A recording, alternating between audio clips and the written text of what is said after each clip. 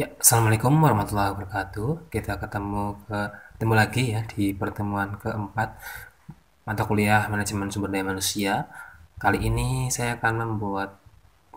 akan belajar ya tentang masih ada hubungannya dengan materi yang pekan kemarin ya tentang seleksi.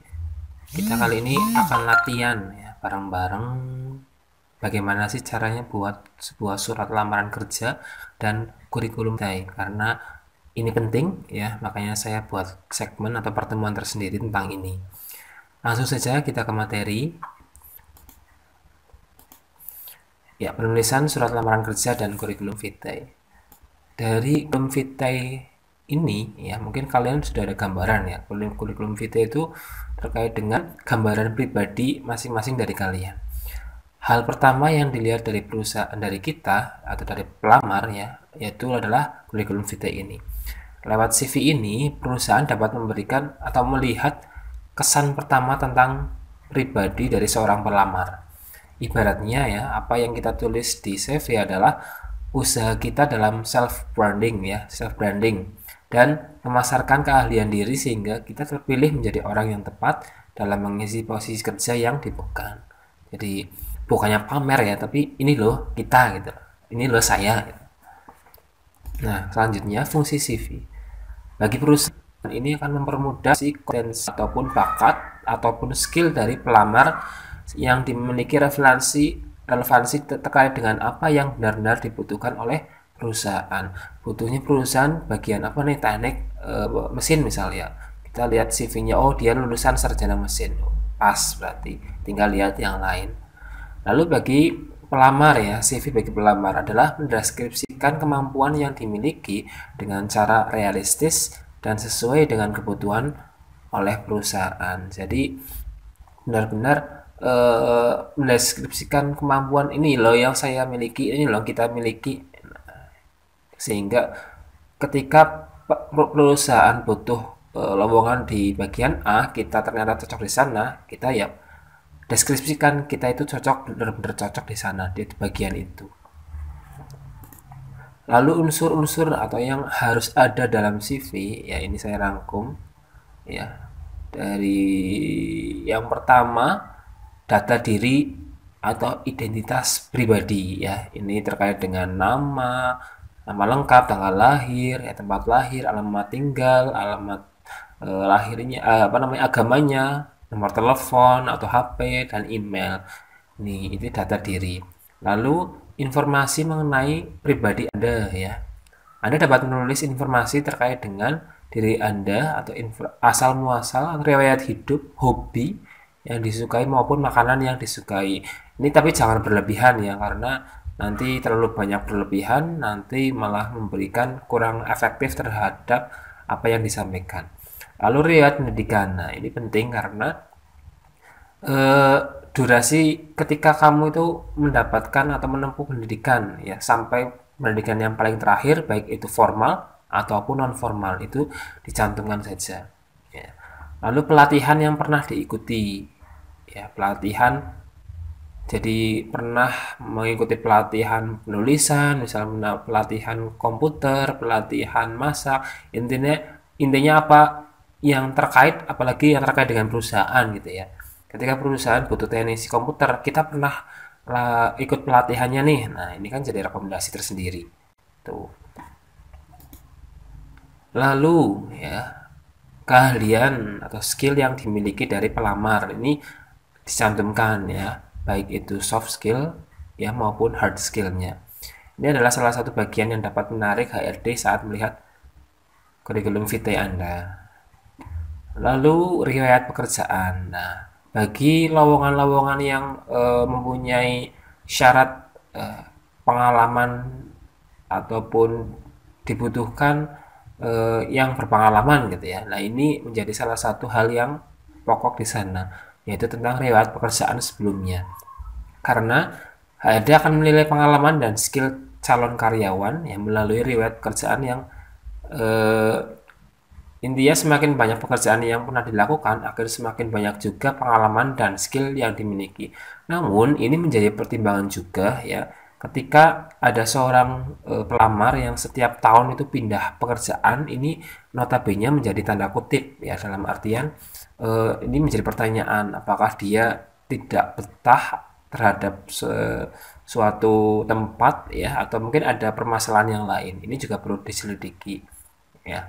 Lalu prestasi akademik maupun non akademik. Nah, di sini informasi prestasi akademik yang pernah diraih ya, ataupun non akademik ya, juara apa namanya, masak misalnya, kalau yang dibutuhkan terkait dengan koki gitu ya, ataupun juara pidato bahasa Inggris ya gitu ya, itu silakan dicantumkan.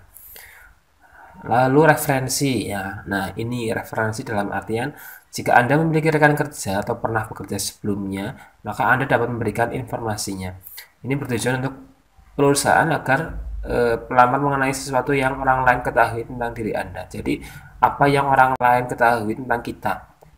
Misal referensi dari perusahaan rekan kerja kita atau atasan kita yang tempat sebelumnya itu juga penting. Nah, itu hal-hal yang harus ada dalam CV atau kurikulum vitae.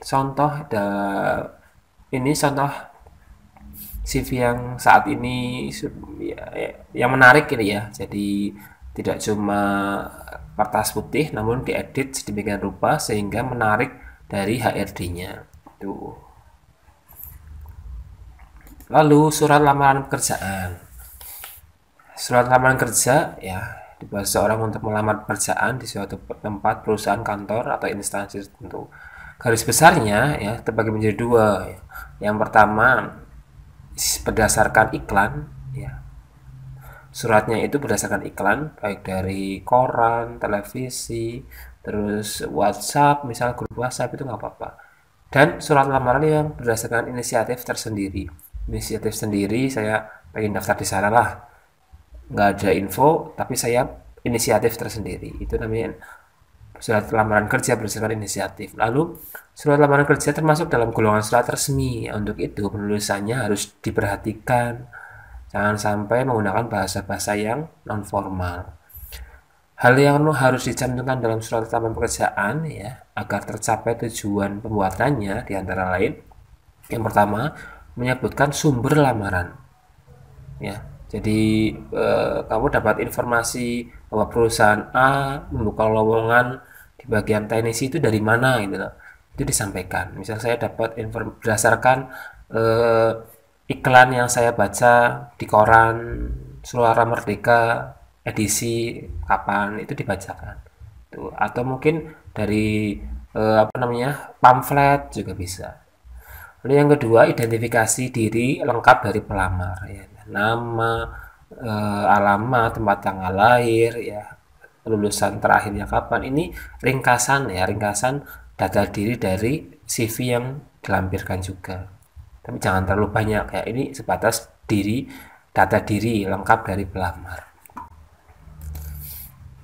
Lalu unsur-unsurnya ya, surat lamaran pekerjaan itu yang pertama kepala surat ya, salam membuka, tempat dan tanggal penulisan, tujuan surat lamaran pekerjaan, pembuka surat, isi, lampiran, persyaratan yang ditentukan ya, CV juga dilampirkan tadi, tanda tangan dan nama jelas pelamar, terus penutup surat ya. Ini saya yakin beberapa di antara kalian sudah pernah mempelajari hal ini di SMA ya atau SMK.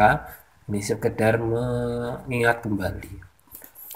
Nah, fungsi dari surat lamaran pekerjaan ini yang pertama sebagai tanda tertulis dari pengajuan permohonan pekerjaan pelamar. Ya. Yang kedua sebagai alat komunikasi, ya, menginformasikan bahwa saya ingin melamar di perusahaan Bapak. Sebagai bahan pertimbangan ya terkait dengan data diri, ya, itu sebagai bahan pertimbangan. Jadi, oh ini kita lulusan sarjana teknik misal. Jadi intinya kita buktikan bahwa kita itu mampu mengisi lamaran yang tersedia.